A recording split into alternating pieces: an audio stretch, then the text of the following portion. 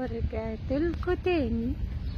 مفيش ثواني يا دوبك خلصت الفيديو الاولاني لقيت الشجرة الحلوة دي.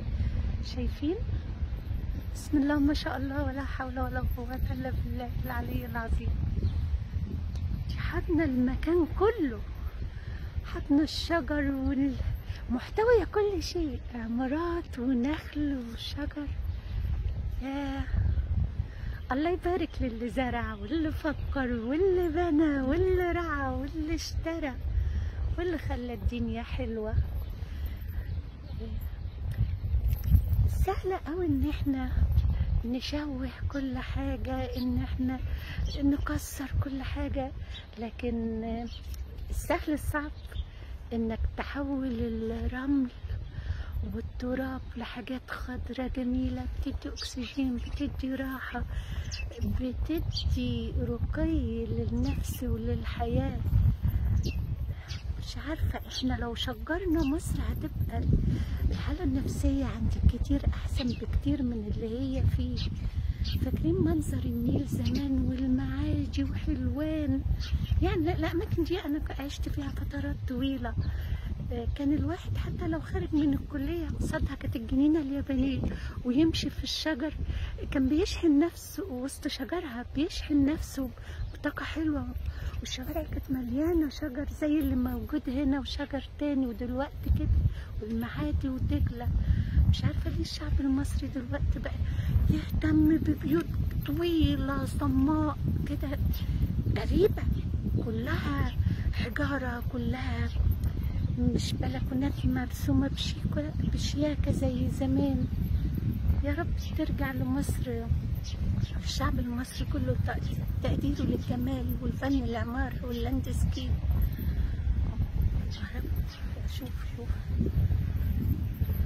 انا ما زلت طبعا في البي 2، البي 2 والبي 1 والبي 3 هتلاقوا نفس الشجر بنفس العمر والاطوال.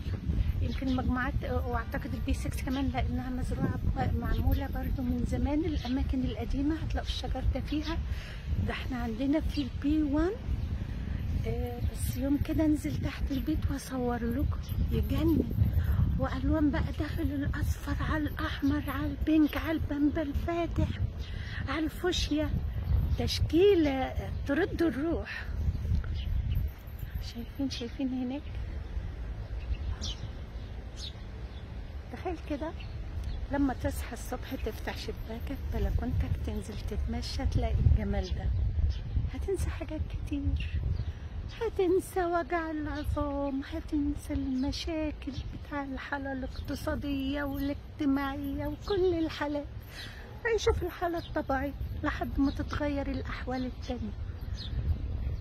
الطبيعة بتصالحنا، احنا بس نتصالح معاها ومع انفسنا ونحافظ عليها. ابرد كده واجيبها لكم على بعيد شويه وتشوفوا جمالها.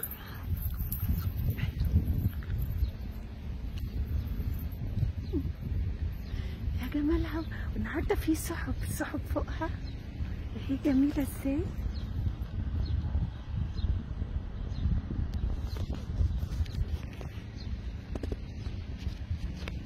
بسم الله ما شاء الله ولا حول ولا قوة الا بالله العلي العظيم. مش عارفة يظهر حاجة، ايدي عملت حاجة والنضارة.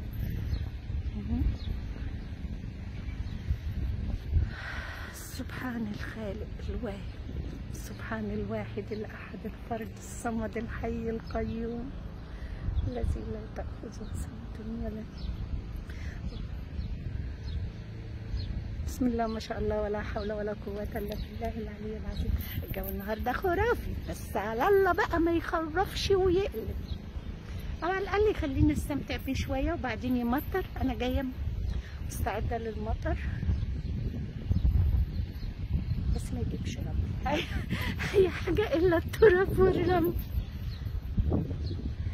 في اول الوايت جاردن وانا داخله في شجر احمر حلوه قوي، بس انا ما صورتوش، مش مشكله بعدين بقى، او هتلاقوه في الصور كصور. يوم سعيد على الجميع وعلى الطبيعه وعلى البشر وعلى كل ما خلق ربنا. باي، مع السلامه.